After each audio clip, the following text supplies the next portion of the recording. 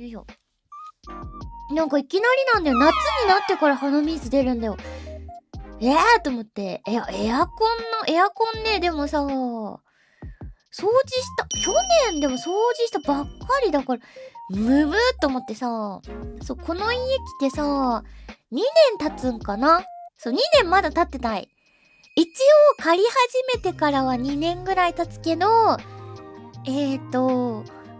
だ2年は住んでないっていう感じで、そう。よいしょ。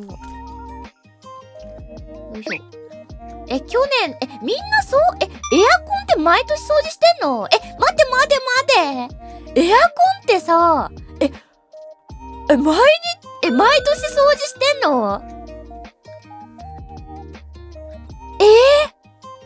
そうなの？マジで？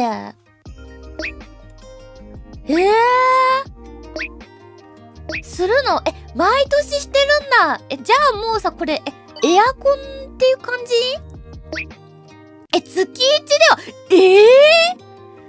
そうなの？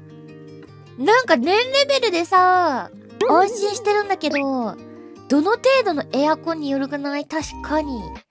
エアコン、霧ヶ峰か、みんな。ダスキン。どれだ？そうなんだ。みんな、あれだね。お掃除大好きだね。使う前に普通掃除せん？でも自分でこれ掃除できないんだけど。業者呼ばないとダメってことなんかな？ほえー。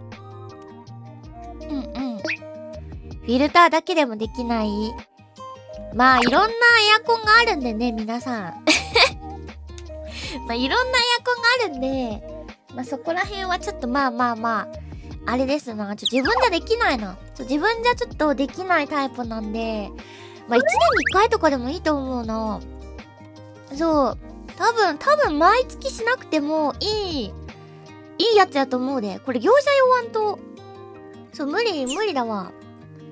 そう。言い訳じゃなくて、あんまり深くは言えないけど、エアコンっていろんな種類があるんだよ。ねえ。